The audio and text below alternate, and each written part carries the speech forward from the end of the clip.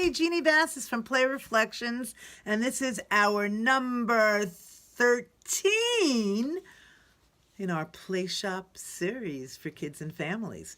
We're in the middle of reading the wonderful Arnold Lobel book, Frog and Toad Are Friends.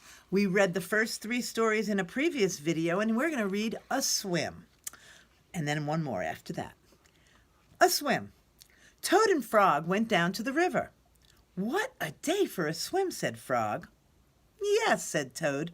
"I will go behind these rocks and put on my bathing suit." "I don't wear a bathing suit," said Frog. "Well, I do," said Toad. "After I put on my bathing suit, you must not look at me until I get in the water." "Why not?" asked Frog. "Well, because I look funny in my bathing suit, that is why," said Toad. Frog closed his eyes when Toad came out from behind the rocks. Toad was wearing his bathing suit. "Don't peek," he said. Frog and Toad jumped into the water. They swam all afternoon. Frog swam fast and made big splashes. Toad swam slowly and made smaller splashes.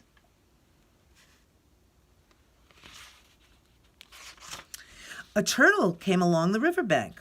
"Frog, tell that turtle to go away," said Toad. "I do not want him to see me in my bathing suit when I come out of the river." Frog swam over to the turtle. Excuse me, Turtle," said Frog. "You will have to go away." "Why should I?" asked the turtle. "Because Toad thinks that he looks funny in his bathing suit, and he does not want you to see him," said Frog. Some lizards were sitting nearby. "Does Toad really look funny in his bathing suit?" they asked. A snake crawled out of the grass. "If Toad looks funny in his bathing suit," said the snake, "then I, for one, want to see him." "Oh, we want to see him too," said 2 dragonflies. "Me too," said a field mouse. "I have not seen anything funny in a very long time." Frog swam back to Toad. "I am sorry, Toad," he said. "Everyone wants to see how you will look." "Then I will stay right here until they go away," said Toad. The turtle and the lizards and the snake and the dragonflies and the field mouse all sat on the river bank. They waited for Toad to come out of the water. "Please," cried Frog, "please go away." But no one went away. Toad was getting colder and colder. He was beginning to shiver and sneeze. Achoo! Sneeze into his arm. Achoo! "I will have to come out of that water," said Toad. "I am starting to catch a cold." Toad climbed out of the river. The river dripped out of his bathing suit and down onto his feet. The turtle laughed. The lizards laughed. The snake laughed. The field mouse laughed. And Frog laughed. "What are you laughing at, Frog?" said Toad. "I am laughing at you, Toad," said Frog, "because you do look funny in your bathing suit." "Of course I do," said Toad, and he picked up his clothes and he went home. The letter. This is the next story, in the last one in this book, Frog and Toad Are Friends. Toad was sitting on his front porch.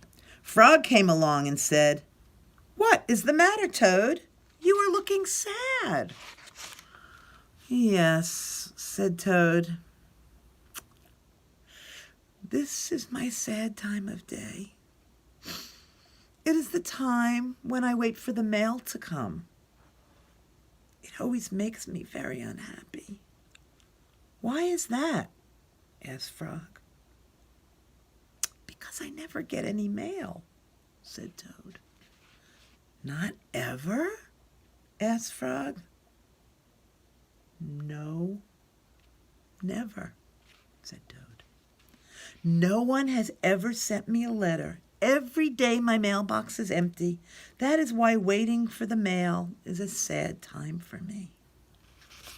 Frog and Toad sat on the porch, feeling sad together.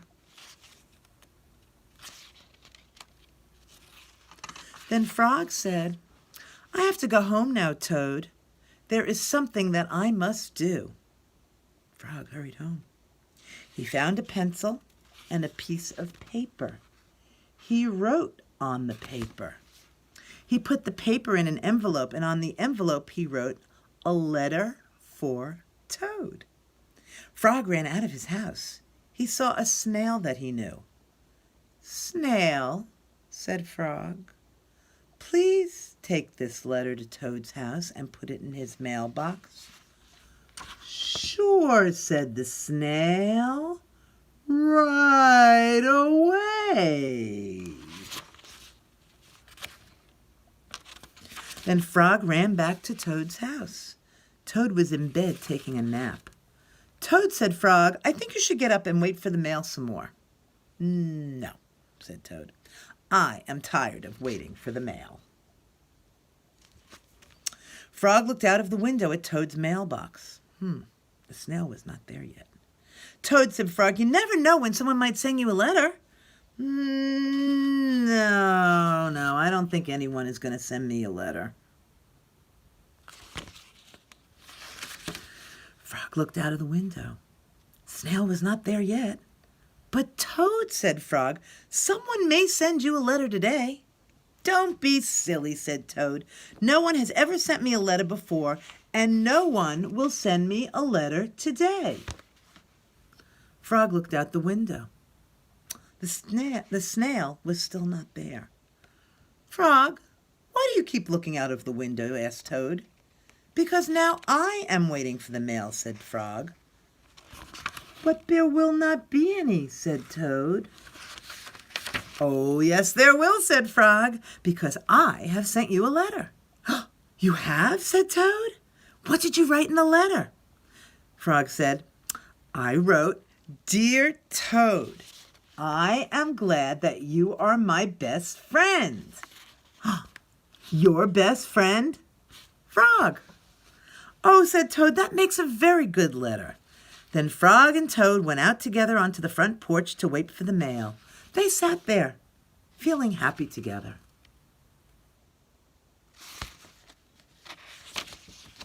Frog and Toad waited a long time. 4 days later, the snail got to Toad's house and gave him the letter from Frog. Toad was very pleased to have it. And that's the end of Frog and Toad Are Friends by Arnold Lobel. Hope you enjoyed those stories, and I'll see you next time. Bye, my friends.